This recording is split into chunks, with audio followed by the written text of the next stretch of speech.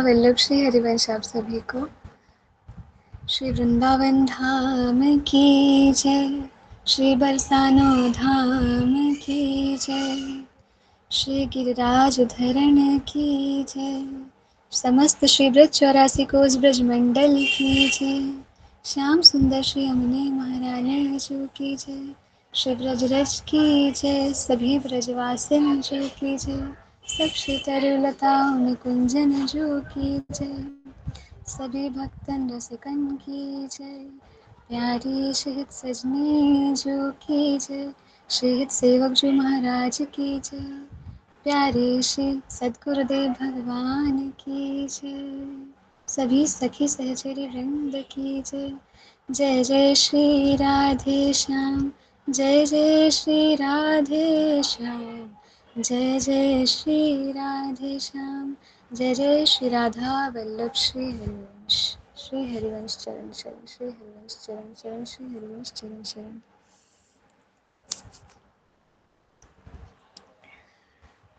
आज हम कथा आप सबके आशीर्वाद से कहने जा रहे हैं। बस दुस्साहस कर रहे हैं, कहना कुछ भी नहीं आता है। और प्रिया जो की कृपा से, शहीद सजनी जो की कृपा से, आप सबकी सखियन की दया से, आशीर्वाद से बस एक छोटा सा कहने जा रहे हैं। अगर कोई भी भूल त्रुटि हो तो क्षमा कीजिएगा। श्री राधा। संत शिरोमणि श्री सूरदास भगवान की जय। तो एक समय की बात है, गोविंदा का, प्रियालाल जी का एक बहुत ही सुंदर एक मंदिर हुआ करता था। वृंदावन की ये बात है। उस समय संत श्री सूरदास जी अपनी कुटिया में रहते थे, जो नित्य ही मंदिर में दर्शन भी करने जाया करते थे। तो प्रियालाल जी का रोज़ दर्शन करते। वहाँ के जो गोस्वामी होते वो नित्य सेवा करते हमारी प्रियालाल जी की। हमारे जो सूरदास भगवान जी हैं वो भी दर्शन के करने जाया करते थे, और बाकी समय अपनी कुटिया में भगवान जी का नाम जप और खूब सुमिरन, खूब उनकी कृपा का बखान और खूब पद गायन जो उनके रचे थे वो गाया करते थे। तो एक समय जब गोस्वामी जी प्रियालाल जी की सेवा कर रहे थे, सेवा करके उन्होंने, रात का समय हो गया, जब सब भक्तजन चले गए दर्शन करके, तो गोस्वामी जी ने हमारे प्रियालाल जी को भोग पवाया, रात्रि शयन कराया, और हमारे प्रियालाल जी शयन करने के लिए अपने कक्ष में पहुंच गए।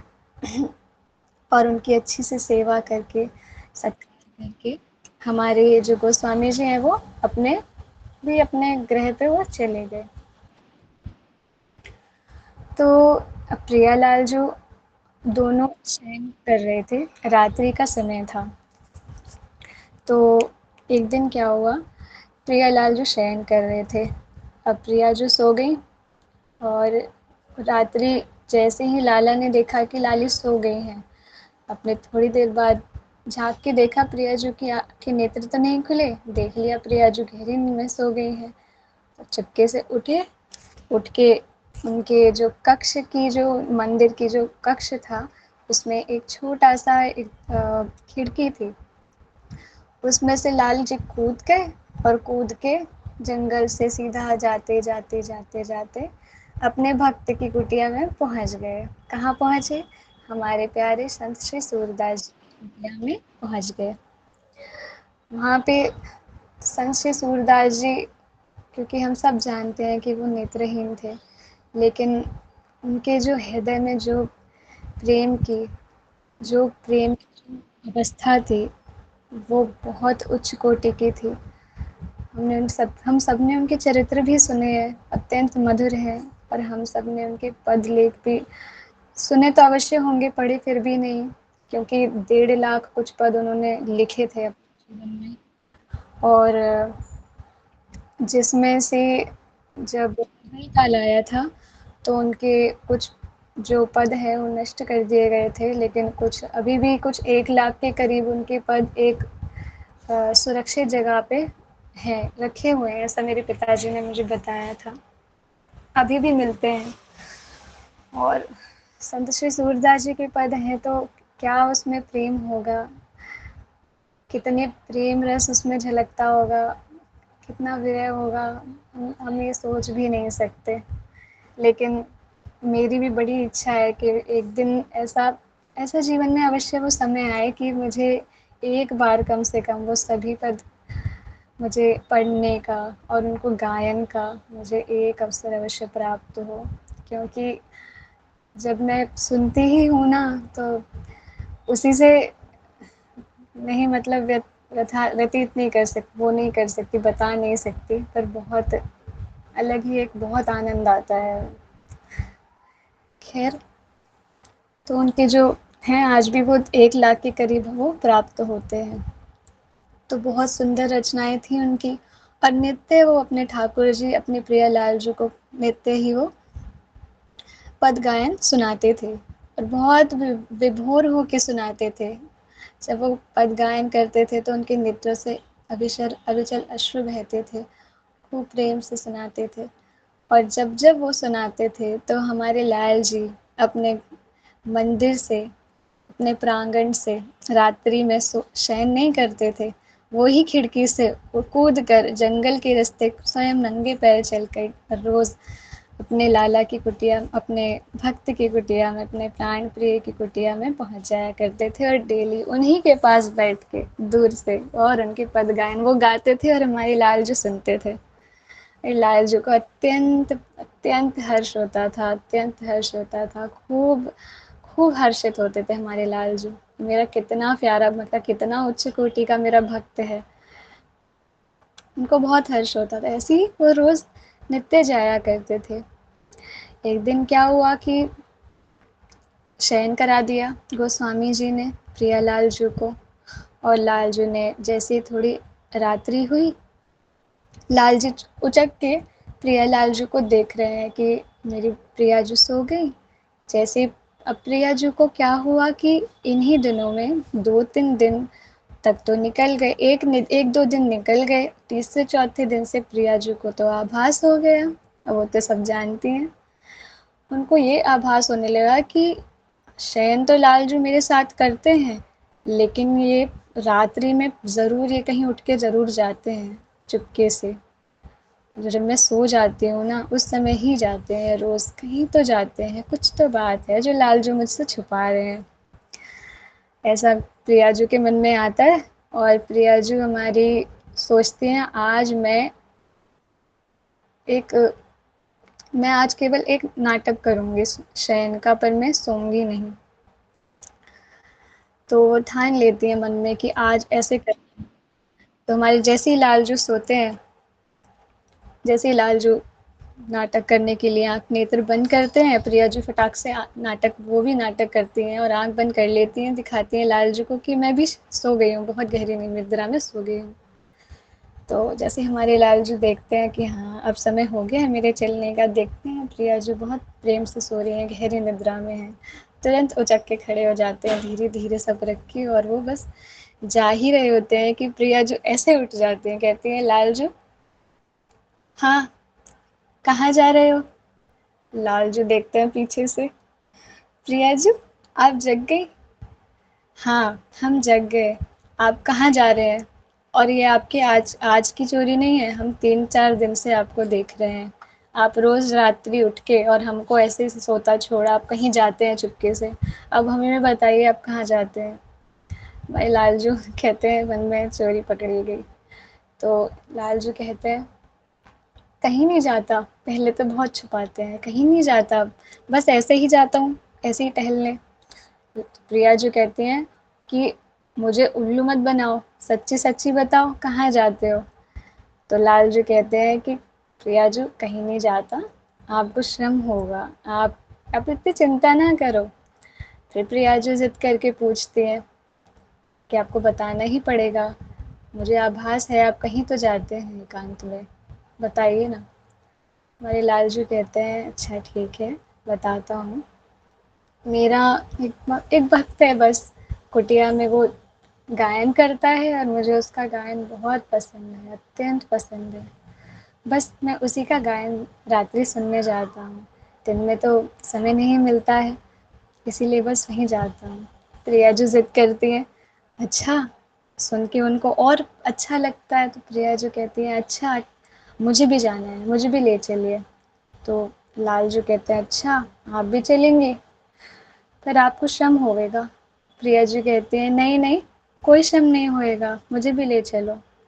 लालजू कहते हैं, अच्छा ठीक है, अब आप कह रहे हैं, आपकी इच्छा है, ठीक है चलिए। तो प्रियाजू लालजू प्रियाजू का हाथ पकड़ लेते हैं और उनको आराम से नीचे उतार लेते हैं और फिर दोनों हमारे सूरदास जी की कुटिया में प्रवेश कर जाते हैं। जब वहाँ प्रवेश करते हैं हमारे प्रिया लालजू और हमारे प्रियाजू सूरदास जी का दर्शन करती हैं, उनको देखते ही अत्यंत हर्ष होता है। जो एक भक्त होता है ना, भक्त, उसका दर्शन, केवल दर्शन करने से ही ना हमें, मतलब हमारी अंतरात्मा तक को ना जो सुख प्राप्त होता है, वो वो किसी और के दर्शन करने से कभी नहीं होगा। एक भक्त का दर्शन और एक नॉर्मल संसारी जीव का दर्शन, दोनों में बहुत अंतर होता है। हमें भले ही नहीं पता हो कि हमारे सामने भक्त है या नहीं, किंतु कोई भी भक्त होगा ना, और अगर हमें उसका दर्शन होगा तो अंतर में हमको अत्यंत कुछ छुएगा, कुछ तो बात है इसमें। खैर, ये भी एक भक्ति हृदय ही जान सकता है, हर कोई इसका आभास नहीं कर पाता।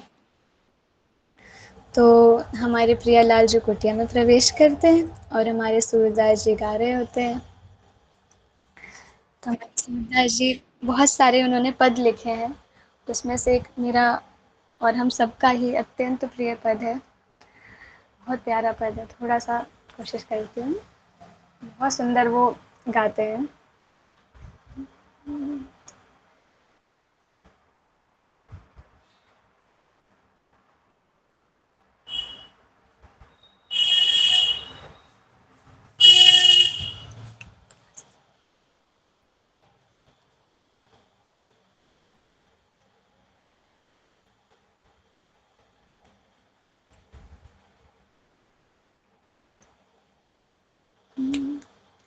दर्शन से सुख बिन दर्शन दुख, दर्शन से सुख बिन दर्शन दुख, हरि मेरो मनवा पावे, हरि मेरो मनवा पावे। तुम देखे मेरो सूरज उगे, तुम देखे मेरो सूरज उगे, तुम बिछड़े छिप जावे, तुम बिछड़े छिप जावे। हरि तुम ही आंधी की लकुटिया, हरि तुम ही आंधी की लकुटिया, तुम ही हिया को चैना, हरि मैं नहीं, तुम नैना, हरि नहीं, तुम नैना, हरि नहीं, तुम नैना, हरि नहीं, तुम नैना। तुम देखे मेरो सूरज उगे, तुम देखे मेरो सूरज उगे, तुम बिछड़े छिप जावे, तुम बिछड़े छिप जावे। हरि तुम ही आंधी की लकुटिया, हरि तुम ही आंधी की लकुटिया,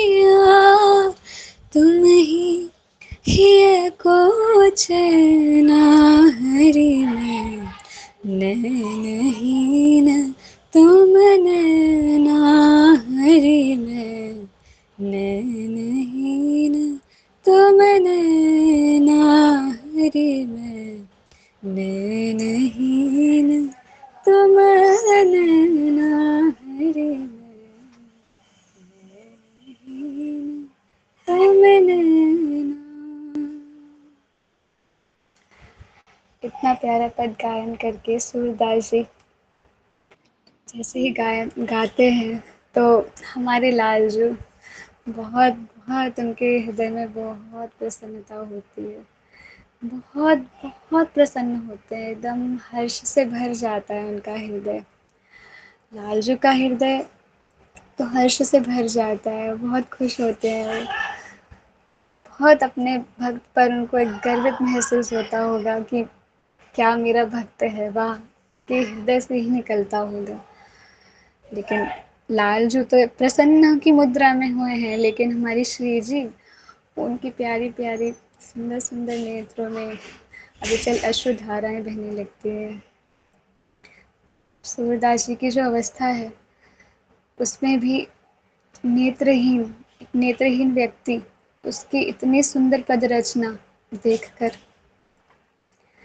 जिसको संसार से कोई लेना देना नहीं, केवल अपना जीवन केवल और केवल श्री प्रियालाल जी को पूर्ण रूप से सच्ची निष्ठा से पूर्ण रूपेण समर्पित करके, और कोई भक्त इतने प्यारे इतने सुंदर हृदय से भाव गा रहा है, हमारी प्रिया जी को सहन ही नहीं होता है। इतनी प्यारी इतनी कोमल है कि बहुत जल्दी से उनके नेत्र भीग जाते हैं, उनके नेत्रों में अविचल अश्रु बहने लगते हैं। बहुत देर तक प्रियालाल जी खूब मगन होकर हमारे प्यारे सूरदास बाबा जी के पद गायन सुनते हैं। सुनते सुनते उनको काफ़ी देर हो जाती है।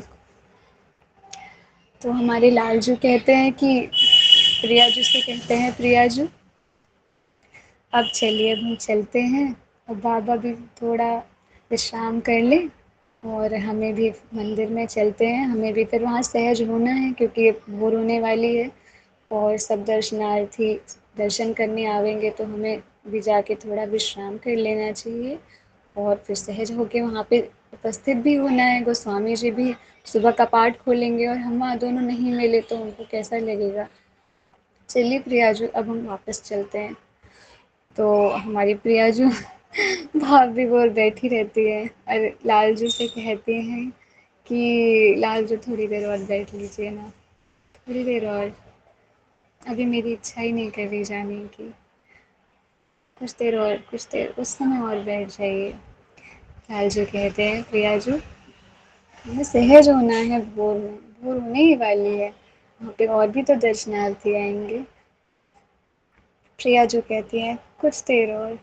लालजू कहते हैं ठीक है, थोड़ी देर और बैठ जाते हैं।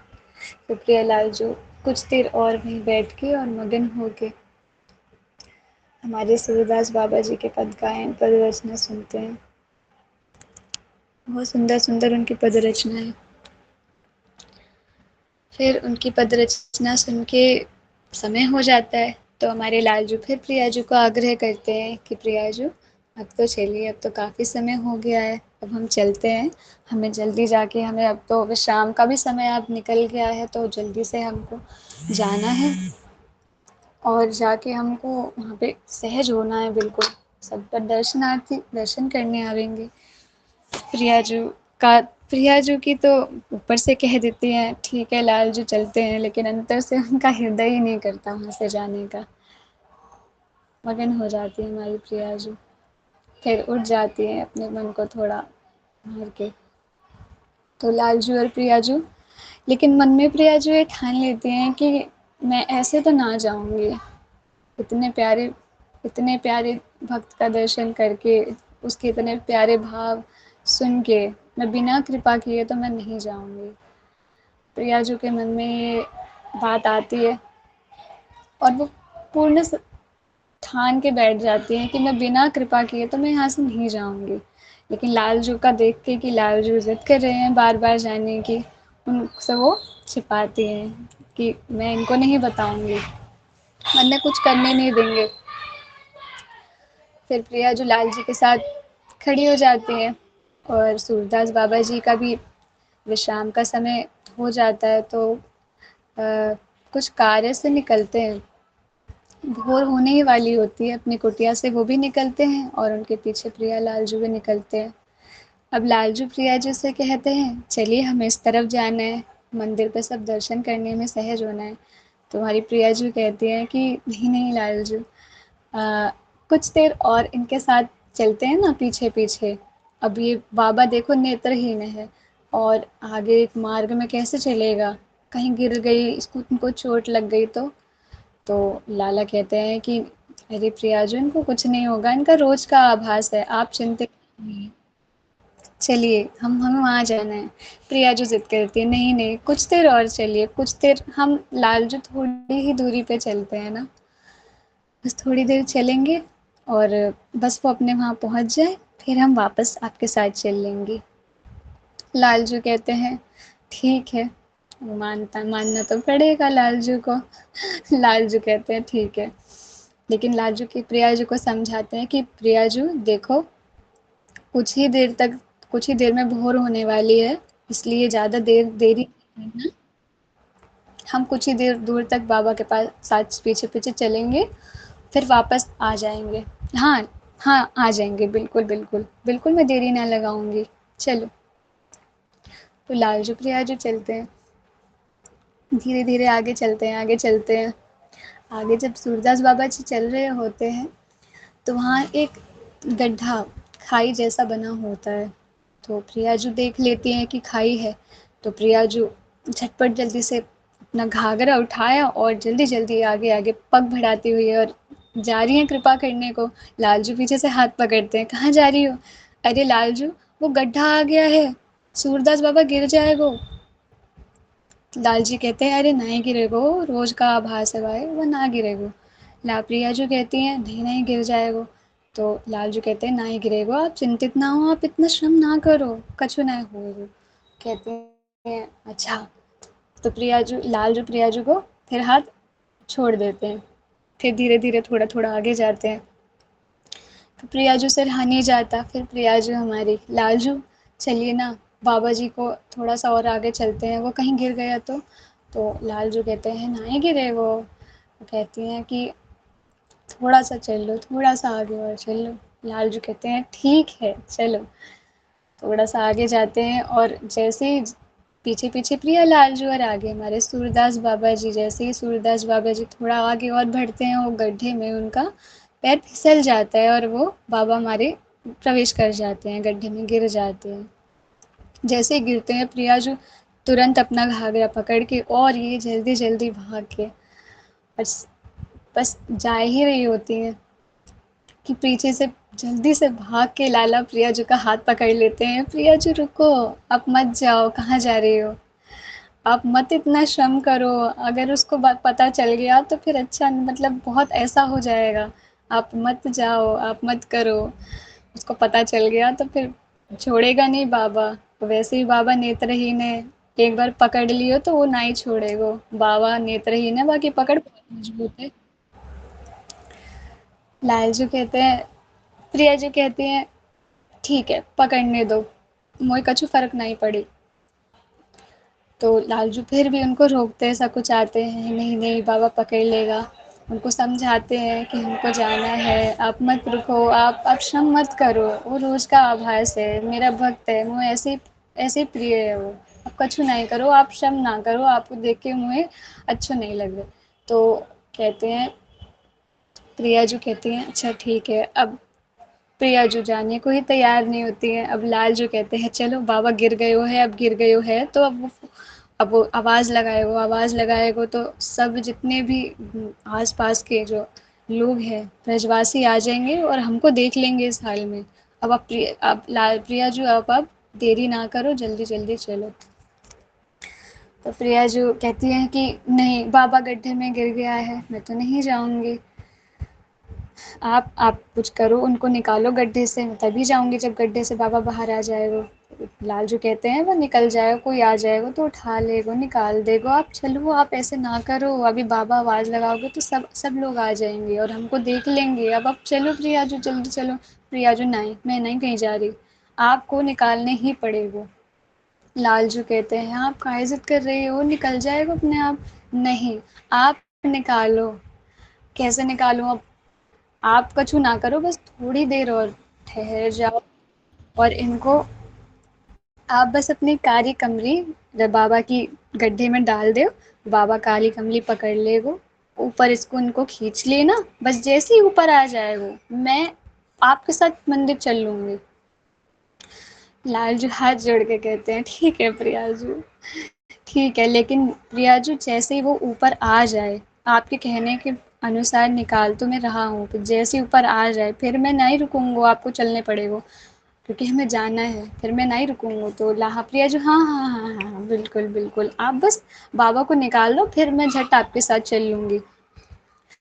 अब लालजू अपनी कारी कमरी है वो वह गड्ढे में डाल देते हैं, और कारी कमरी डाल के आवाज़ लगाते हैं, बाबा, बाबा।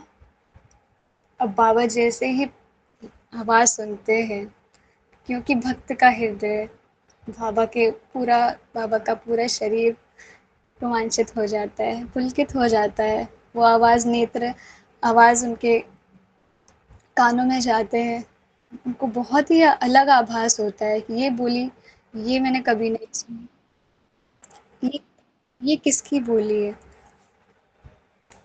उनका पूरा शरीर एक रोमांचित हो जाता है, और उनके कान में जैसे किसी ने अमृत डाल दिया हो, उनको आभास हल्का सा ऐसा हो जाता है कि कोई साधारण मनुष्य की आवाज़ नहीं पड़ी मेरे कान में, कछु तो बात है आज विशेष, क्या बात है।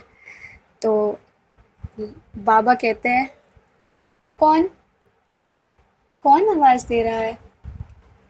अब लालजी कहते हैं, बाबा, मैं मैं हूँ, मैं यहीं रहता हूँ, मैं यहाँ का ब्रजवासी छोरा हूँ, यहीं रहता हूँ, तुम गड्ढे में गिर गए हो तो मैंने अपनी काम करो, मैंने अपनी कारी कमरी डाल दी है, चाहे तुम पकड़ ले, मैं तुम्हें हाथ दे लूँगा, तुम ऊपर आ जाइयो। तो बाबा फिर से वो मधुर बोली सुनते हैं, तो कहीं ना कहीं बाबा को आभास हो जाता है, इतनी सुंदर मधुर ध्वनि जो आवाज़ है, ये किसी साधारण मनुष्य की नहीं हो सकती, और कहीं हो ना हो, जो मेरा हृदय कह रहा है वही सत्य होगा, ये और कोई नहीं है, ये मेरे लालजू ही हो सकते हैं। थोड़ा सा उनको इस चीज़ का आभास होता है, और जैसे ही वो कारी कमरे को जैसे ही स्पर्श करते हैं, और जैसे ही स्पर्श करते हैं तो कारी कमरी की जो सुगंध है इत्र की, वो बाबा के चली जाती है मन में, और वो सुगंधित वो पहचान लेते हैं, क्योंकि बाबा रोज नित्य दर्शन किया करने जाया करते थे गोविंदा प्रिया जी के, और उनको आभास हो जाता है कि ये तो वही इत्र की सुगंध है जो मैं आज दर्शन करने गया, लालजू ने यही इत्र तो लगाया था। तो उनको जो थोड़ा बहुत बचा हुआ था वो भी उनका पूर्ण हो गया कि ये तो लालजू ही आए हैं स्वयं मुझे बचाने। और मेरे हमारे बाबा अत्यंत, उनको अत्यंत हर्ष होता है, अत्यंत कि स्वयं लालजू आए हैं, स्वयं लालजू बहुत भाव विभोर हो जाते हैं, बहुत बहुत उनका हृदय ही जानता होगा। फिर अपने आप को संभालते हैं और सोचते हैं पहले कि क्या करूं, क्योंकि एक ही बार जीवन में सबके ये क्षण आता है कि जब वो ऊपर से आए सामने हमारे, जैसे किसी को खजाना मिल जाता है तो वो मौका थोड़ी ना छोड़ता, जिसको जिस चीज़ का लोभ है उस चीज़ को वो कभी हाथ से जाने नहीं देता।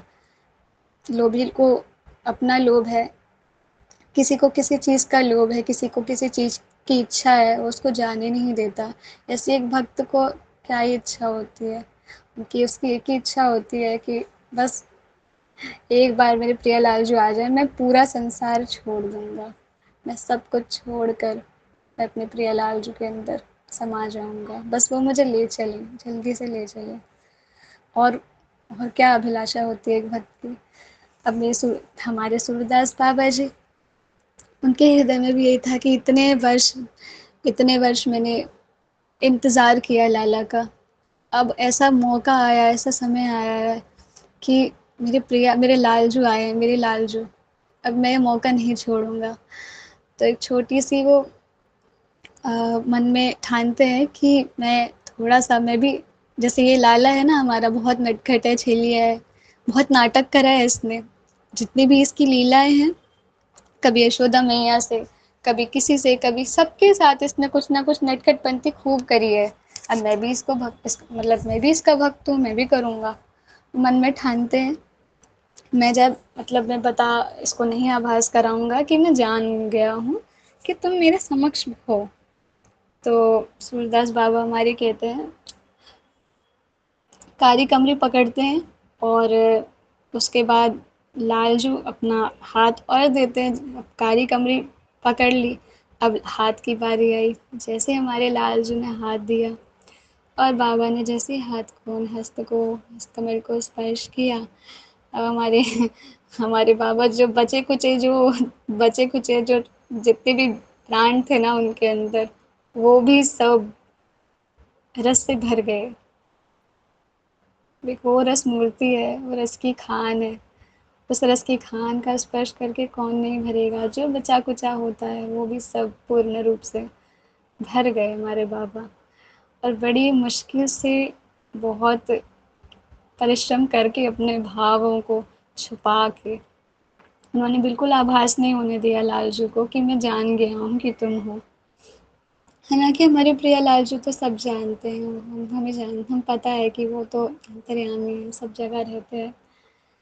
तो फिर भी हमारे बाबा ने बड़ी मुश्किल से अपने भावों को छुपाया और लालजू ने उनका हाथ पकड़ा और पकड़ के खाई से बाहर हमारे बाबाजू को।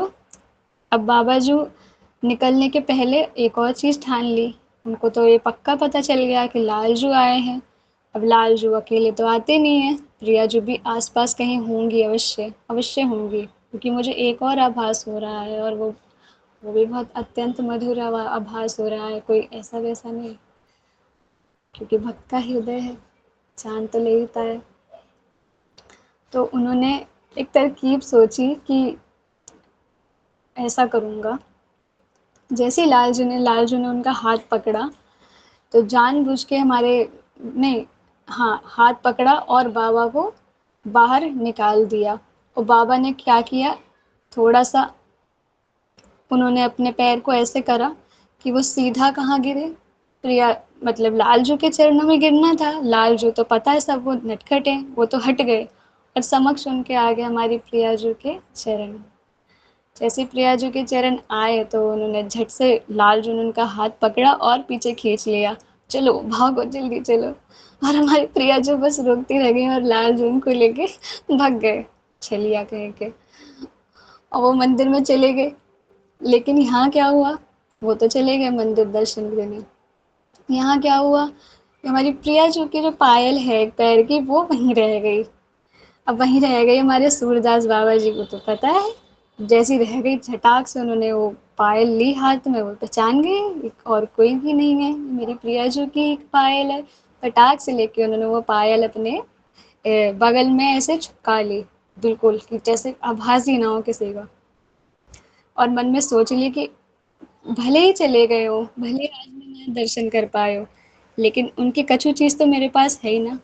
अगली बार तो आएँगे तो ज़रूर। इस बार का मौका मैं बिल्कुल जाने ही नहीं दूँगा। इस बार तो पकड़ ही लूँगा। और यही सोच के हमारे सूरदास बाबा अत्यंत भाव विभोर हो जाते हैं, वहीं-वहीं बैठ जाते हैं, वहीं बैठे रहते हैं, कहीं नहीं जाते वहाँ से, और खूब खूब आनंदित होते हैं। वो आनंद की हम बात ही नहीं कर सकते। खूब उनका हृदय आनंद से भर जाता है। हमारे प्रियालाल जो जाते हैं, जैसे ही रास्ते में प्रिया जो चलती है लालजू के साथ, बस मंदिर आने ही वाला होता है, तो हमारी प्रिया जो चल रही है। अब प्रिया जो को एक ही पायल की आवाज़ आ रही है, दूसरी पायल की आवाज़ ही नहीं आ रही। वो देखती हैं, अरे मेरी प्रिया ने क्या चीज़ की है जो आवाज़ नहीं है कर रही है। पैर घाघरा उठा के देखा, देखा अरे एक पायल कहाँ गई। पायल लालजू से बोलती हैं, लालजू, लालजू मेरी कहीं पायल गुम गई है, मेरी पायल कहाँ गई? लालजू कहता है कहाँ गई, दिखाओ दिखाओ जल्दी दिखाओ, जल्दी हमको मंदिर भी जाना है। तो दिखाते हैं तो नहीं है। तो लालजू कहते हैं अच्छा छोड़ो छोड़ो, अब मैं तुम्हें दूसरे दिला दूंगा, अब जल्दी देरी ना करो, वैसे बहुत देरी हो गई, चलो। रिया जो कहती है नहीं नहीं, मेरे को लगता है कि वहीं सूरदास बाबा जी के पास ही मेरी पायल रह गई है, अब आप चलो जल्दी मुझे वहीं पर वापस ले चलो। लालजू कहते हैं नहीं नहीं, वहां नहीं ले जाऊंगा, बिल्कुल नहीं, आप चलो, मैं तो 1000 पायल खरीद दूंगा, मैं वहां नहीं। प्रिया जो कहती है नहीं मुझे पायल चाहिए, ऐसे कैसे, मुझे वही वही पायल चाहिए। लालजू कहते हैं क्यों चाहिए?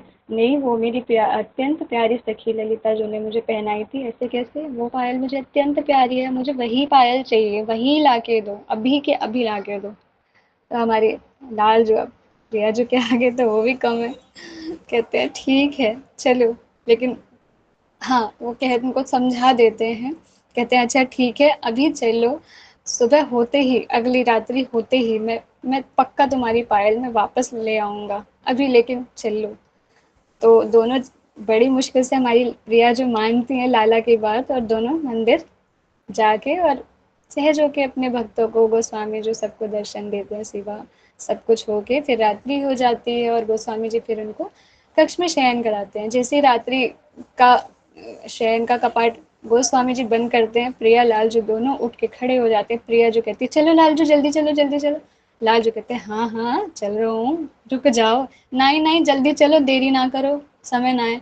अच्छा ठीक है चलो चलो, चलता हूँ। तो प्रिया जो इतनी ज़्यादा उतावली, इतनी ज़्यादा कि मुझे तो कृपा करनी थी, तो बस अब जल्दी जल्दी जा रही हैं, जल्दी जल्दी, अब प्रिया जो आगे आगे भग रही है, लाल जो परेशान है कि प्रिया जो इतनी तेज तेज चल रही है, और इतनी उतावली इतनी प्यारी कि उनको बस बस मुझे कृपा करनी है, मुझे कृपा करनी है, ठान कर चली जा रही हैं आगे। हमारे प्रिय, हमारे लाल जो बेचारे पीछे पीछे पीछे पीछे चल रहे हैं कि क्या होगा, उनको बड़ा हृदय में डर लग रहा है कि बाबा है, नेत्रहीन है, वो पहचान ना ले, पकड़ ना ले।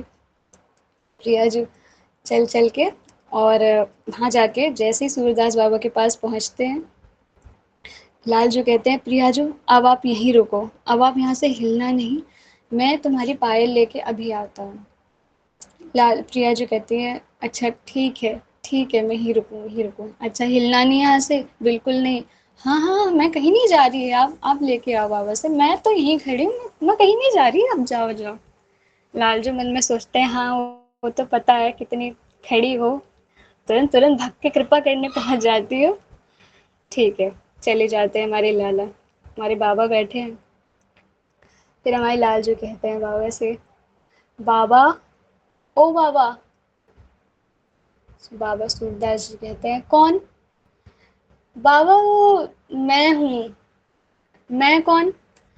बाबा मैं कल आयो तो, मैं अपनी सखी के साथ, मैंने तुम्हें वो गड्ढे से निकालो तो ना, मैं वही बालक हूँ, कारी कमरी अपनी दे के तुम्हें निकालो तो ना बाहर, वही हूँ मैं। अच्छा, तो का हुआ, का भयो? वो कहते हैं कि मेरी ना एक सखी आई थी साथ में, और उनकी कहीं पायल रह गई है, पायल तुमने देखी है? बाबा समझ जाते हैं, बाबा तुरंत निकाल के और लालजू के आगे ऐसे पायल, यही यही की बात कर रहे हो है? हाँ, लालजू कहते हैं हाँ हाँ हाँ यही पायल है। अच्छा, वापस रख लेते हैं।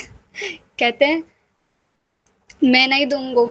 लालजू कहते हैं क्यों? कहते हैं मुँह का पतो कि तो तेरी सखी की पायल है, मैं कैसे पहचान लूँ तू ही वो बालक है कि तूने मुझे बचायो, और तेरी सखी की पायल है, मैं कैसे मान लूँ? अब देख, तू तो देख ही रहे हो है ना कि मैं तो नेत्रहीन हूँ, उनको कहाँ दिखे है कि कौन सा बालक आयो, कौन सी बाकी सखी आई, किन की पायल गिरी, पायल कैसी दिखती, कुछ नहीं पता।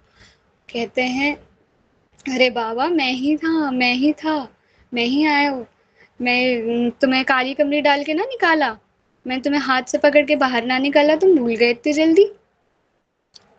बाबा कहते हैं मुझे का पता, मुझे तो दिख तो ना है, अब क्या पता कोई और आया हो, और कोई अब तो तू पायल लेके चला जाए और पीछे से फिर कोई बालक आए और वो कहे कि मेरी सखी की पायल है, फिर मैं बाबा को कहा दूंगा।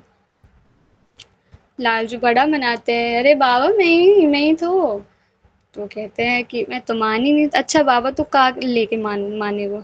बाबा कहते हैं अ, मैं एक काम करो, बस मुझे अब देखो, मैं पायल की पहचान तो ऐसे मैं देख ना सकूँ हूँ, तो मैं उसको स्पर्श करके ही पायल की पहचान कर सकता हूँ। तुम एक काम करो, जिनकी पायल है बस बाको चरण मेरे आगे धर दियो, दूसरो चरण जहाँ बाने पायल पहनी हो, मैं दोनों पायल को स्पर्श कर लूँगा, अच्छे से पहचान लूँगा कि वही पायल है, बाकी पायल भर के पैरन में मैं पहना दूँगा, पायल ले जाइयो। लाल जो मन में समझ जाते हैं, ये बाबा बहुत बहुत चालाक है, अत्यंत चालाक है बाबा, ऐसे नहीं माने वो ये, समझ जाते हैं लाल जो कि क्या लीला कर रहे हैं सूरदास बाबा, कुछ नहीं कहते। फिर प्रियाजू के पास जाके कहते हैं, प्रियाजू ऐसी ऐसी बात हो गई है, वो तो दे ही नहीं रहो। प्रियाजू कहती है अच्छा ऐसा कहा है, चलो चलो, फिर से भगने लग जाती है, मैं तो जाऊंगी मैं तो जाऊंगी। लालजू कहते हैं नहीं नहीं तुम ही रुको, मनाते हैं, प्रियाजू मानती ही नहीं, कहती नहीं नहीं इतनी सी तो बात है, तुम काहे डर रहे हो, बस वो कह रहे हो पायल पहना दूंगा, तो बस इतनी है, पायल पहना देंगे हम वापस आ जाएंगे, कछु नहीं रहो, तुम नहीं डरो, चलो चलो चलते हैं। लालजू हाथ जोड़ लेते हैं, कहते हैं ठीक है चलो। अब दोनों जाते हैं, और प्रियाजू जाते हुए अत्यंत उनको हर्ष होता है, अत्यंत हर्ष होता है, क्योंकि उनकी यही अभिलाषा थी कि मैं कृपा करूँगी, मन में पहले से ही उन्होंने बस ठानी थी कि मुझे कृपा करनी है। बस जा रही हैं, और प्रियाजू अत्यंत हर्ष है कि आज मुझे समय मिला है, कल मैं ऐसी आ गई थी, बड़ी उनके हृदय में ग्लानि होती है जब किसी भक्त को देखते हैं वो बिना कृपा के, बरसाने भरी ही नाम है ना उनका, बस कृपा बरसानी होती है उनको, एक मौका ही चाहिए होता है। तो जा रही है हमारी प्रियाजू, और बहुत अत्यंत हर्ष के साथ और बहुत तेज़ी से अपने चरण रख रही है, रखते रखते बाबा के निकट पहुंच जाती है, और जैसे ही रखती हैं उनके, उनकी जो ये जो पैर होते हैं बाबा के, जो यहाँ पे वो अपने चरण उनके यहाँ पे रखती हैं, जैसे ही चरण स्पर्श होता है हमारे बाबा को, उनका पूरा शरीर एकदम पुलकित हो जाता है, अविचल अश्रु धाराएं बहने लगती हैं, और हृदय ही जानता है कि उनका उस समय क्या भाव होगा, उनको क्या हर्ष होगा, वो उनकी आत्मा ही जान सकती है, हम तो मुख से भी नहीं कह सकते, वो है ही नहीं उस लायक। बहुत, क्या कहूँ मैं, मेरे पास शब्द ही नहीं है, बहुत हर्ष भी बोलने मुझे बहुत वो लग रहा है, मुझे कोई शब्द ही नहीं मिल रहे हैं इस समय, मुझे कथा कहनी भी नहीं आती, खैर मैं क्या ही अपनी बोलूँ, छोड़ो। तो हमारी बाबा, बस हृदय उनका जानता है कि उनको उस वक़्त, उस समय उनको कैसा लग रहा होगा, हम ये जान ही नहीं सकते। अत्यंत अश्रुधारा हमारे बाबा की बहने लगती है, खूब खूब रोमांच उनका शरीर होता है बहुत, और जैसे ही हमारी प्रियाजू चरण रखती हैं, बाबा पहचान लेते हैं, और पहचान क्या, उनका हृदय तो जान ही लेता, पहले ही जान चुका था कि और कोई नहीं है, प्रियाजू ही आई है लालजू के साथ, और मन में उन्होंने ठान रखी थी कि आज नहीं जाने दूंगा छलिया को, और अपनी प्रियाजू को मैं आज तो बिल्कुल नहीं जाने दूंगा। इतने वर्ष बीत गए, इतने वर्षों से दर्शन की, जो उनके हृदय में क्या, उनके हृदय में प्रीति होगी, क्या इच्छा होगी, वो उनका हृदय ही जान सकता है, हम तो नहीं जान सकते। पायल पहनाते हैं प्रियाजू को, पायल बस पहना के, और उनके दोनों चरण हमारे बाबा कस के पकड़ लेते हैं, नहीं छोड़ते, और उन चरणों में ही लेट जाते हैं, और लेट के दोनों को हृदय, दोनों युगल चरण को अपने हृदय से लगा के, हमारे हमारे बाबा खूब खूब रोते हैं, खूब रोते हैं, खूब अश्रुधाराएं बहती है, खूब हर्ष होते हैं, और खूब खूब रोते हैं वो, बहुत हर्षित होता है उनका हृदय। फिर से यही कहूँगी कि हम नहीं जान सकते,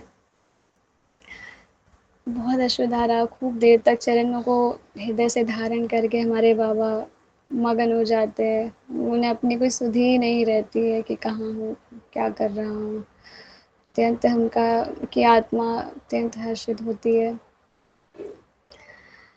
और फिर लालजू पीछे से कहते हैं कि चलो प्रियाजू, और प्रियाजू चलो, अब बाबा ने पकड़ लियो है। तो प्रियाजू लालजू जल्दी से प्रियाजू का हाथ पकड़ते हैं, कहते हैं अब जल्दी चलो, छोड़ेगो ना ही बाबा, जल्दी चलो। प्रियाजू कहती है मैं ना छोड़ने दो, अब ना ही छोड़ने दो, अब पकड़ लियो है तो पकड़े ही रहने दो, मैं नहीं चाहती कि वो छोड़े। मेरी प्रियाजू, बाबा को अलग हर्ष है कि भक्त को अपने अपने क्या कहूँ मैं, अपने प्राण उनको मिले हैं, उनको कितना हर्ष हो रहा है। लेकिन हमारी लाडली जो कितनी प्यारी है ना, कितनी प्यारी है कि उनको उनसे भी ज़्यादा हर्ष। वो तो अश्रु बहा रहे हैं कि उनको अपने प्राण मिल गए, अपना जीवन मिल गया, अपने सर्वस्व मिल गए। लेकिन हमारी प्रियाजू, उनके भी नेत्रों से अश्रु झलक रहे हैं। जितनी धाराएँ हमारे बाबा के नेत्र से बह रही हैं, उनसे डबल धाराएँ हमारी प्रियाजू के नेत्र से बह रही है। कैसी करुणामयी होंगी ना हमारी लाडली, कैसी करुणामयी होंगी, कैसी। कभी कभी ये बुद्धि है ना, ये कभी ये मन ये सोच ही नहीं सकता, जा ही नहीं, पहुँच ही नहीं सकती है इसका, क्योंकि है ही नहीं कुछ, कभी नहीं पहुँच सकता है। ये तो हमारे प्यारे से सदगुरुदेव भगवान जी का हृदय ही जानता है। हमारी हित सजनी जी तो स्वयं महाभागवत स्वरूपा प्रिया जी की अत्यंत सबसे प्रिय सखी है। वो सखियाँ ही जान सकती हैं, उनके अलावा कोई जान ही नहीं सकता।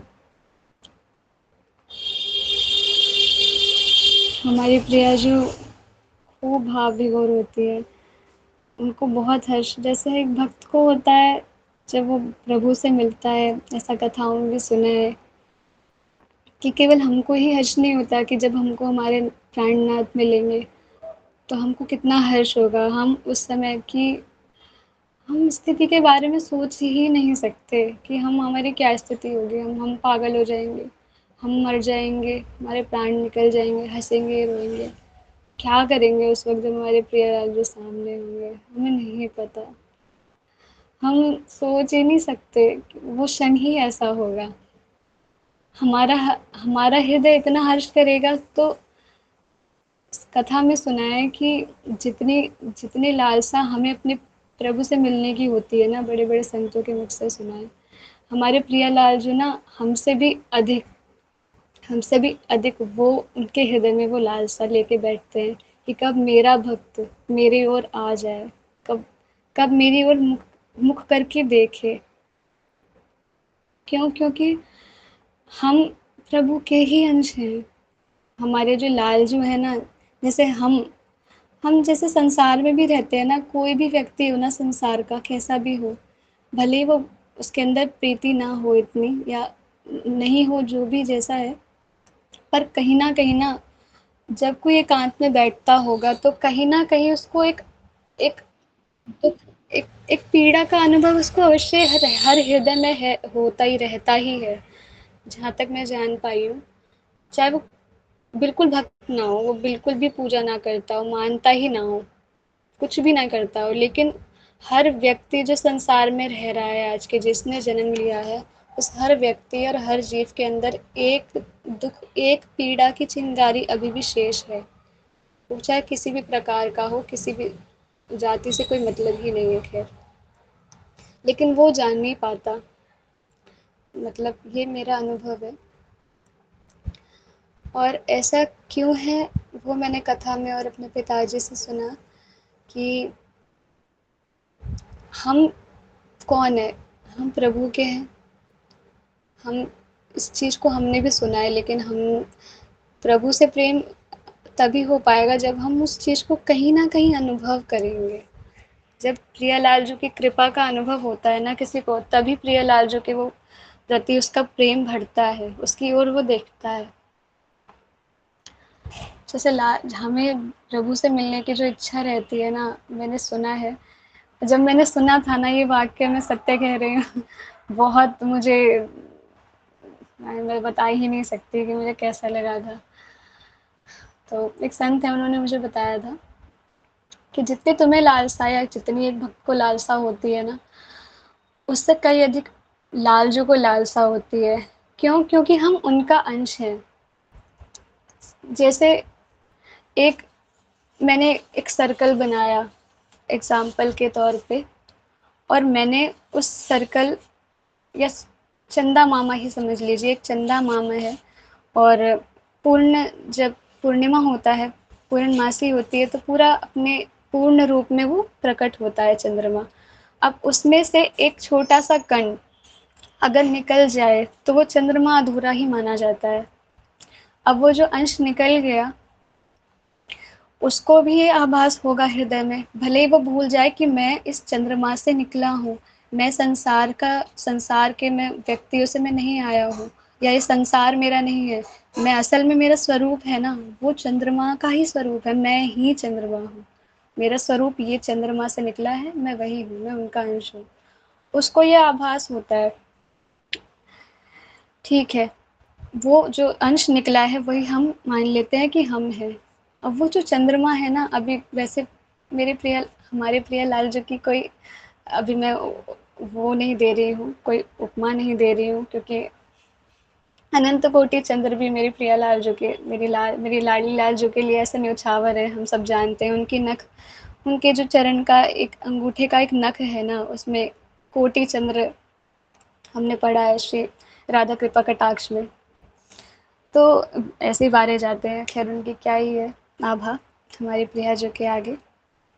तो जैसे एक चंद्र से एक अंश निकला, अलग हो गया मानो, तो वो चंद्र भी अधूरा है और वो अंश भी अधूरा है। अब वो अंश समझ ले कि हम हैं, और जो चंद्र है वो हम अभी बस एक समझ लेते हैं कि हमारी लाल जो प्रिया जो है।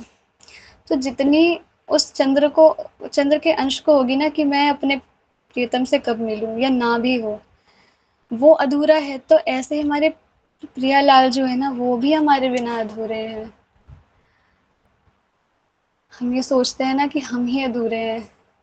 भले ही किसी की शादी हो जाए, एक वो पूर्ण रूप से उसको ये मिल जाए, या जिसको नहीं भी शादी की इच्छा है वो अपने मतलब माता पिता के साथ रहे, या उसको माता पिता के रूप में ही उनको ऐसा मतलब साथी मिल जाए जो उनके हृदय के भाव को समझे।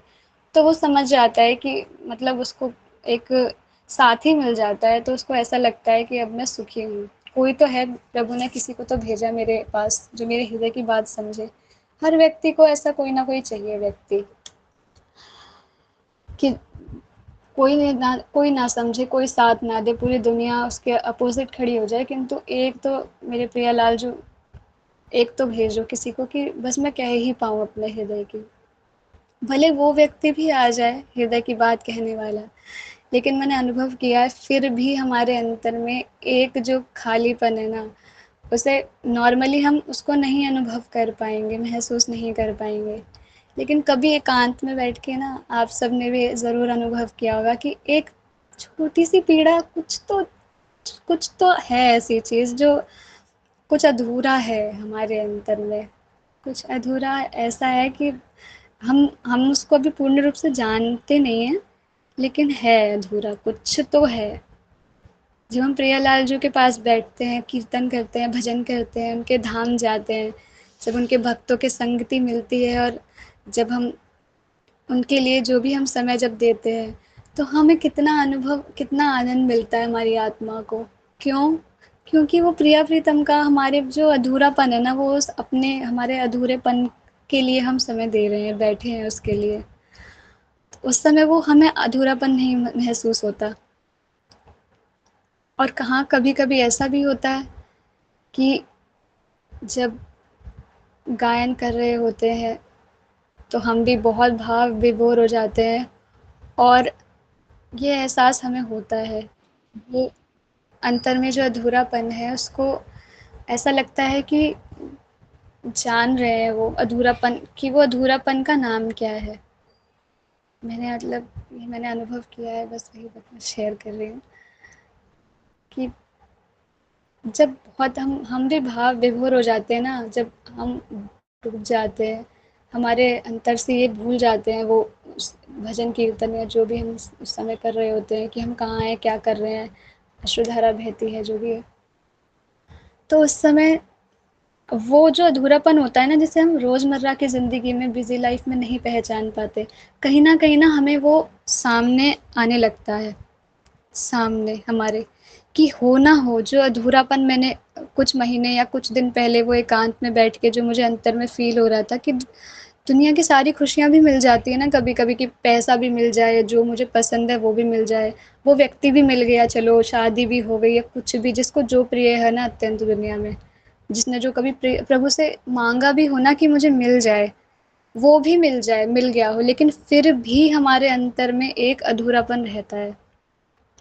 तो कभी-कभी उस अधूरेपन को रोज़मर्रा, क्योंकि हम जब तक हम आत्मचिंतन नहीं करेंगे, हम अपने अंतर में नहीं उतरेंगे, अंतर्मुखी नहीं होंगे, बाहर बहिर्मुखी को नहीं समझ में आएगा। तभी बड़े महात्मा पुरुष कहते हैं कि ध्यान करो, चिंतन करो। अंतर्मुखी हमारे अध्यात्म में यही कहा गया है, बहिर्मुखी नहीं, अंतर्मुखी बनो, इसीलिए कहा गया है। संकीर्तन करना चाहिए सबको, बहुत आनंद आता है। जैसे सब संकीर्तन करते हैं, जैसे मैं तो कुछ भी नहीं करती खैर। तो ऐसा कहा गया है कि केवल बाहरी संकीर्तन कर रहे हो, बहुत अच्छी बात है, करो। उससे हमारे जो पाप है वो नष्ट हो जाते हैं, क्योंकि हम सारी इंद्रियों को प्रभु में लगा रहे हैं। लेकिन उसके साथ साथ हमें ध्यान में भी बैठना चाहिए। मेरे पिताजी कहते हैं, हमेशा मुझसे ये बात कहते हैं, और मैं नहीं करती हूँ, मैं ध्यान में नहीं बैठती हूँ, मैं सत्य कह रही हूँ एक-एक शब्द। लेकिन मैं एक और बात बताऊँ कि मैं 5-10 मिनट भी बैठती हूँ ना, तो पता नहीं मुझे क्या, आप सब, हम सबको ऐसा अनुभव हुआ होगा। हमारा दिन भर का जो भी होता है ना, चाहे हमने कितनी मेहनत करी हो पूरे दिन, वो सब खत्म। एक अलग ही ऊर्जा महसूस होती है उस ध्यान से। तो सबको करना चाहिए ऐसा, मुझे, मैंने सुना है संत महात्माओं के मुँह से। अंतर्मुख होना, अपने विचारों को अंतर में डालना, बाहर नहीं, अंतर्मुख में करना, और उन विचारों को देखना कि क्या विचार हैं। फिर हम उसको हाइलाइट करते हैं, पहचानते हैं कि मेरे हृदय में क्या विचार उठ रहा है। और फिर प्रभु के प्रति अगर वो विचार है, तो ये और सोने पे ही सुहागा है कि अगर प्रभु के प्रति विचार है, और अगर हम ध्यान करते हैं, तो हम फिर उसमें धीरे-धीरे और उसमें प्रवेश करते हैं, तो पहचान पाते हैं कि हाँ, प्रवेश करने से वो बढ़ती है वो चीज़।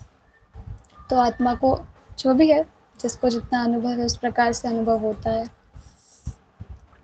तो करना चाहिए। ख़ैर मैं कहाँ थी, मैं भूल गई। हाँ, तो हमारे प्रियालाल, कहाँ थी मैं? हाँ, तो हमारे प्रियालाल जो, जब हमारे प्रिया जो ने अपना चरण, हाँ, हमारे बाबा जी, तो हमारे बाबा जी आत्मविभोर हो गए। तो उन्होंने खूब छोड़ ही नहीं रहे थे हमारे प्रिया जी के चरण, इतने प्यारे प्यारे, छोड़ ही नहीं रहे थे। और प्रिया जी भी अत्यंत की, आज जो मैंने ठानी थी मैंने कृपा कर दी। बस यही चाहिए वो हमारी लाडली जी को। लाडली जी की कोई तुलना ही नहीं हो सकती कभी। तो फिर लालजू, अब लालजू अभी तक नहीं रोए थे, सिर्फ प्रसन्न थे। लेकिन वो जो दृश्य है, वो देख कर हमारे लालजू जो बगल में खड़े थे, हमेशा हंसमुख हंसते रहते हैं बस। उनके भी नेत्र में वो प्रेम दृश्य देखकर उनके भी नेत्र छलक उठे, और उनके भी नेत्रों से अश्रुधारा बहने लगी। भाव विभोर हो गए हमारे लालजू।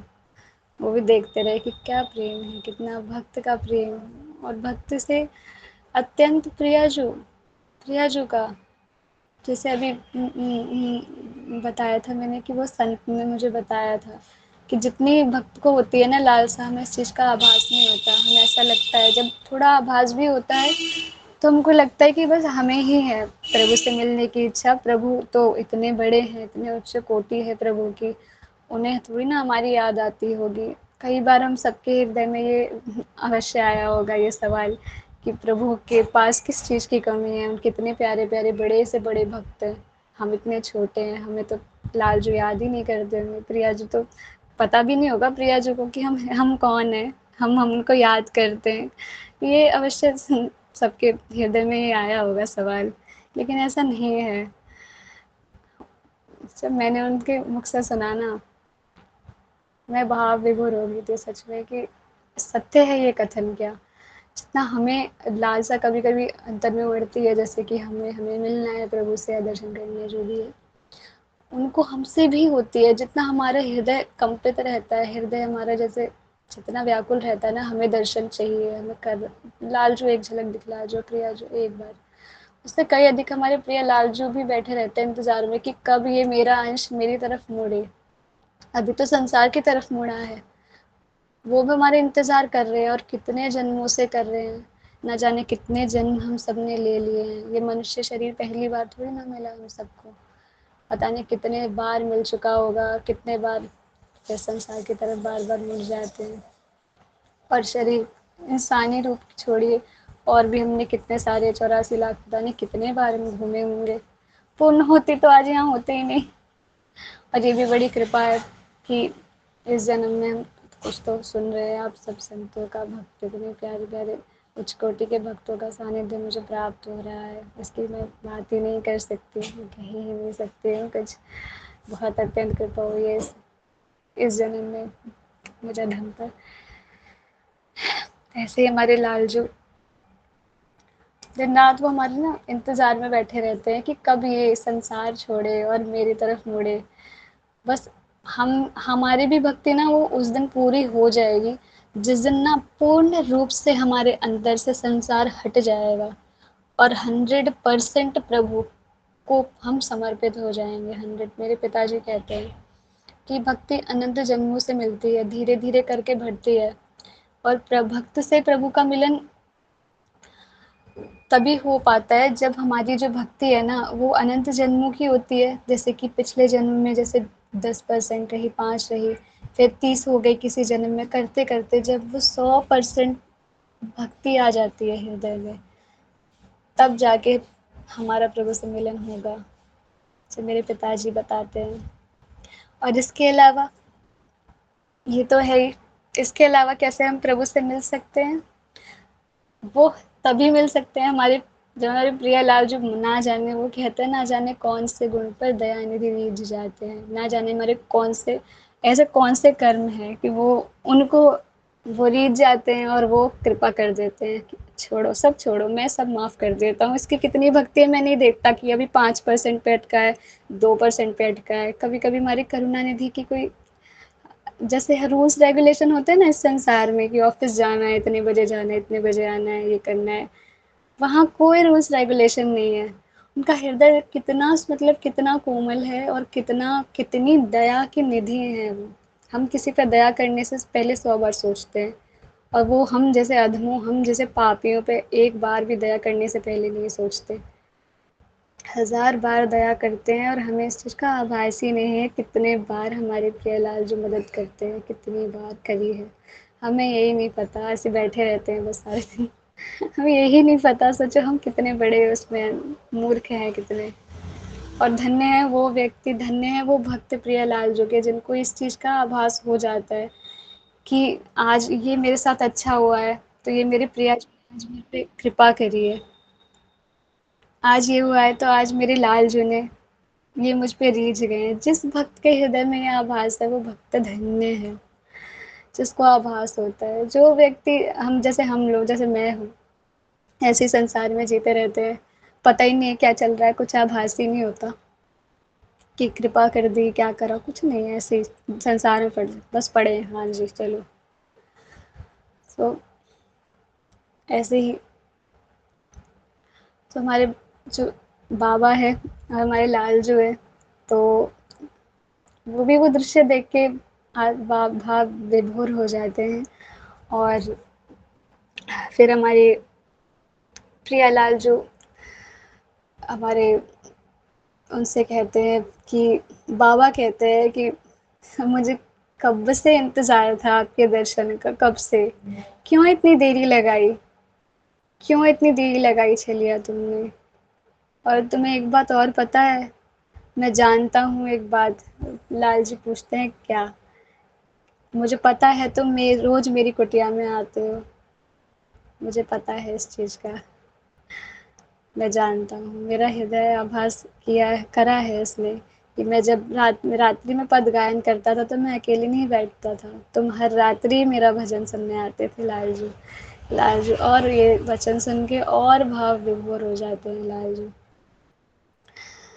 फिर उनकी प्रियाजू और लालजू बहुत प्रसन्न मुद्रा में होते हैं, उनकी क्या ही कहीं बात। तो हमारे जो सूरदास बाबा जी हैं, प्रिया जो कहती हैं कि बाबा मांग, तुझे क्या चाहिए। तो बाबा कहता है वो नहीं, प्रियाजू लालजू से कहती है कि लालजू की तरफ देख के, लालजू अब तुम काय बात की देरी कर रहे हो, अब बस जा बाबा को जल्दी से नेत्र दो और अपने साथ ले चलो, अब जाको टाइम आ गए हो है, समय आ गए हो है। तो लालजू कहते हैं हाँ हाँ, नेत्र दे देते हैं। और प्रियाजू जैसे ही अपना हस्तकमल बाबा के नेत्र पे रखती हैं, उनके नेत्र आ जाते हैं। जैसे ही नेत्र आ जाते हैं सामने, वो अत्यंत मनोहर, अत्यंत मनोहर उस दिव्य उस दिव्य युगल छवि का दर्शन करते हैं मेरे बाबा। उसका बखान ही नहीं हो सकता कि कैसे हमारे हमारे हमारे सूरदास बाबा जी को जब दर्शन हुए होंगे तो क्या दर्शन हुए होंगे, कैसे दिख रहे होंगे ना हमारे प्रियालाल जी, कितने सुंदर होंगे। अब तक केवल छवियों में ही देखा है हमने प्रिया जी को, इतनी प्यारी लगती है। वहीं से ही बस एकटक होके निहारते रहते हैं, हमारा जी ही नहीं भरता। जब समक्ष होंगी सूरदास बाबा जी के, सोचो कि कैसा, उनको कुछ कह ही नहीं सकते, क्या दृश्य होगा। बहुत हर्षित तो होंगे हमारे बाबा उस समय, नेत्र पलक झपकी ही नहीं होगी हमारे बाबा ने, एकटक देख के और आंसू निकल रहे होंगे और बस देख रहे होंगे। पलक तो झपकी ही नहीं होगी हमारे बाबा ने, वो दिव्य, वो युगल दर्शन करके कैसे लग रहे होंगे हमारे प्रियालाल जी। एक एक एक एक अंग के एक एक रूप माधुरी का दर्शन कर रहे होंगे हमारे बाबा। एक एक अंग के एक एक सुंदर आभूषणों का दर्शन, सुंदर हस्त कमल का दर्शन। चरण चरण पे तो क्या ही कहूँ, मैं कुछ कह ही नहीं सकती, शब्द ही नहीं है। और उनकी मुखावहा तो, उनसे तो नजरें कोई हटा ही नहीं, बस एकटक होके निहार रहे हैं और इतने आनंद विभोर हो जाते हैं, फटाक खड़े हो जाते हैं हमारे सूरदास बाबा जी, और घूम घूम के खूब खूब लाखों करोड़ों अत्यंत बार उनकी बस बलैया लेते रहते हैं, खूब नाचते हैं, खूब हर्ष मनाते हैं, उनकी परिक्रमा करते हैं, और परिक्रमा करते करते ही खूब अपने पद गायन करके नृत्य करते हैं और उनके गोल गोल चक्कर लगाते हैं, हर एक आभा से अपने प्रिय लाल जी का दर्शन करते हैं। और हमारी प्रिया जी, हमारे लाल जी, कैसा वो समय होगा ना कि हमारे प्रियालाल जो अपने ये करुणामय कटाक्ष जब उनको ऐसे टेढ़े करके जब नेत्र ऐसे देखते होंगे बाबा को, क्या उनका हृदय होगा। हमारे प्रिया जी के जो नेत्र हैं कितने सुंदर है ना, कितने बड़े बड़े, प्यारे प्यारे, एकदम बड़े बड़े नेत्र हैं, कानों तक लगते हैं, इतने बड़े बड़े सुंदर नेत्र, कमल की आकृति के नेत्र। जब इन नेत्रों से देखते होंगे किसी को, क्या होता होगा वास्तव में। इन नेत्रों से हमारे युगल नेत्र जब बाबा की ओर देखते होंगे, उनका हृदय ही जानता होगा कि उनको क्या लगता है, कैसा उनको आभास होता है, उनका हृदय ही जान सकता है, उनकी आत्मा ही जान सकती है। खूब पागल हो जाते हैं हमारे बाबा, खूब नृत्य नृत्य करते हैं, खूब क्या पता नहीं क्या कह रही हूँ मैं, नृत्य नृत्य करते हैं, खूब आनंद में भाव विभोर होते हैं, खूब अश्रु बहाते हैं हमारे बाबा। और पता ही नहीं चलता कि कितने समय तक हमारे बाबा परिक्रमा कर रहे हैं, उनको पता ही नहीं चलता, खूब समय भी बीत जाता है। खूब समय बीतने के बाद फिर हमारे बाबा एक जगह ठहर जाते हैं, स्थिर हो जाते हैं। फिर प्रियालाल जी हमारे हमारे प्रियालाल जी भी जैसे भक्त के हृदय इतना आनंद विभोर, इतना आनंद में है, ऐसे हमारे प्रियालाल जी का इतना आनंद। एक भक्त को भगवान मिल जाता है, सोचो, और एक भगवान को भी वो भक्त रूप में ना अपना ही भगवान मिल जाता है। उनके हृदय में वो जो प्रेम हर्ष जो हमने कथाओं में सुना है, मुझे मतलब जो भी है मुझे ऐसा ही लगा, मेरे मुख से निकल गया जो भी है उनकी। मतलब मुझे ऐसा लगता है कि जैसे भक्त को अपना भगवान मिलता है ना, ऐसे भगवान को भी अपने भक्त के रूप में अपना ही प्रिय भगवान मिल जाता होगा। उनका वो उनका जो चेहरे की जो आभा है, जो आनंद है, और उनके आंसू, ये सभी वो क्या कहते हैं, यही संकेत तो करते हैं। हमारे लिए प्रभु कितने उच्च कोटि के हैं कि हमें जो कुछ हमारे पास है, हमारे जो शरीर भी छोड़ दो, संसार की सारी वस्तुएं तो छोड़ ही दो, शरीर भी छोड़ दो, आत्मा जो इस शरीर को चला रही है, और ये शरीर दुनिया के सब कार्य कर रहा है, बचपन से लेके बूढ़े तक, 80 वर्ष, 100 वर्ष या जितने वर्ष जीता है, इतने सारे कार्य करता है। भैया उन सब को किसने दिया? हमारे प्रियालाल जी, वो सब किसका दिया है? प्रियालाल जी का दिया हुआ है। हमको तो प्रभु मिलने से हर्ष होगा ही, लेकिन हमने उनको ऐसा क्या दिया कि वो इतने हर्षित होते हैं एक भक्त को पाके? तो वो भक्ति ही है। इतने प्यारे प्यारे जो उच्च कोटि के भक्त हैं, जिन्होंने अपना सब कुछ न्यौछावर कर दिया है ना प्रियालाल जी पे। कहते हैं ना, बस जिसने अपना सर्वस्व न्यौछावर कर दिया है, प्रियालाल जी ही उसमें न्यौछावर हो जाते हैं। हमारे प्रियालाल जी वास्तव में न्यौछावर ही हो जाते हैं उसके। कितना अत्यंत हर्ष होता होगा जब भक्त और भगवान का मिलन होता होगा। ऐसे ही जब दोनों का दर्शन पाते हैं हमारे बाबा, अब उनके समक्ष एक कहते हैं बाबा कि प्रियालाल जी, मोए अब कछु वरदान मांगनो है। प्रियालाल जी कहते हैं, अब बाबा तो कहा वरदान मांगनो है, अब तो तेरे सब कुछ सब कछु मिल गयो, अब तेरी और कछु इच्छा है, शेष रह गई है? तो बाबा कहते हैं, हाँ, एक मेरी इच्छा है शेष रह गई है लाला, उसे बस पूर्ण कर दो। प्रिया जो कहती हैं, लाल जो कहते हैं, बताइए। तो बाबा कहते हैं कि लाला, अब जो तुमने नेत्र दिए हैं ना, अब आप इनको वापस ले लो। प्रियाजू को बड़ा दुखी होती हैं। प्रियाजू कहती हैं, क्यों बाबा, ऐसे काहे कह रहे हो, ऐसा ना कहो। तो बाबा कहते हैं, प्रियाजू, मैं कहा करूँगा इन नेत्रन को, तुम बताओ। एक बार इनको इन नेत्रों से एक बार जिनको आपका दर्शन हो गया, अब क्या देखूं इस नेत्रों से? इस संसार को देखूं? क्या देखूं इस संसार में? एक बार जिसने आपका दर्शन कर लिया, वो अब किसका दर्शन करने के लिए शेष रह गया? अब इन नेत्रों को वापस ले लो, बस यही सबसे बड़ी आपकी कृपा होगी मुझ पर, सबसे बड़ी कृपा। बस इन नेत्रों को हाथ जोड़ के विनती करते हैं कि अब इन नेत्रों को वापस ले लो। एक बार आप दिख गए, बस अब कुछ और देखने की मेरी कोई लालसा नहीं है, कोई इच्छा ही नहीं है, अब बस इन्हें वापस ले लो। ये सुनकर हमारे लालजू बहुत भाव विभोर हो जाते हैं, भाव विभोर, खूब रोते हैं हमारे लालजू। और प्रियाजू, क्या कहूँ, दोनों भाव विभोर हो जाते हैं खूब, और एक दूसरे को देखते हुए खूब मन में कहते हैं कि धन्य हैं हम कि हमें ऐसा भक्त मिला।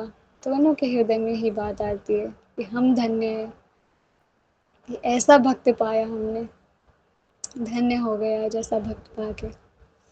चाहे कछु ना चाहिए, कछु भी ना चाहिए, हम स्वयं प्रकट कह होके कह रहे हैं, मांग तो काम मांगनो है, हम तो नेत्र देते हैं, पर ये बाबा ऐसे कछु भी ना चाहिए, नेत्र तक ना चाहिए, हम स्वयं कह रहे हैं तो भी ना चाहिए।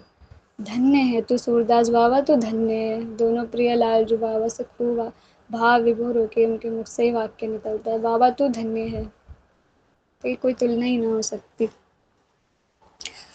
फिर हमारी प्रियाजू कहती हैं लालजू से कि बस लालजू, अब देरी ना करो, अब जाए बाबा को अपने साथ ले चलो, निकुंज ले चलो।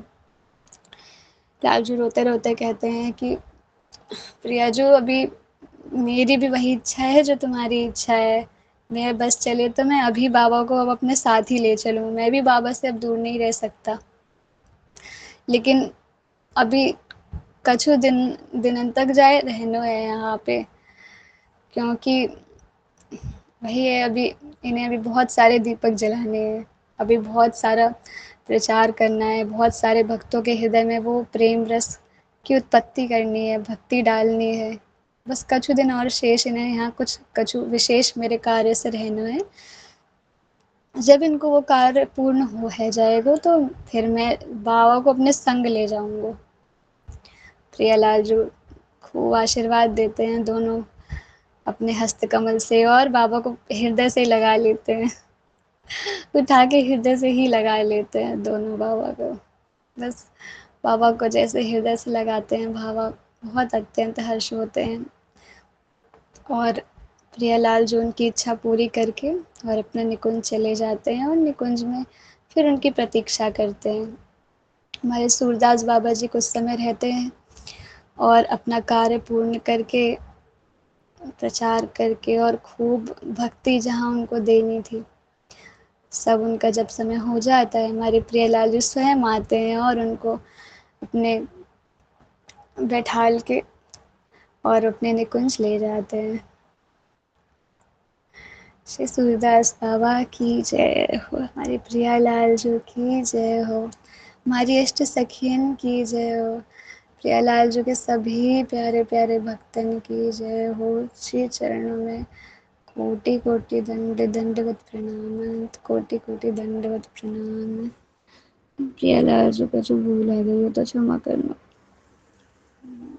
क्षमा करना आप सब। मैं मुझे कुछ आता ही नहीं है, बस ऐसे ही सुना दिया है मैंने, आप सब क्षमा करना। मुझसे जो जो त्रुटियाँ हुई हैं आप सबसे क्षमा मांगती हूँ, एवं आप सभी प्यारे सखियों के श्री चरणों में, आप सभी परम भक्तों के श्री चरणों में दंडवत प्रणाम है। श्री राधा वल्लभ श्री हरिवंश।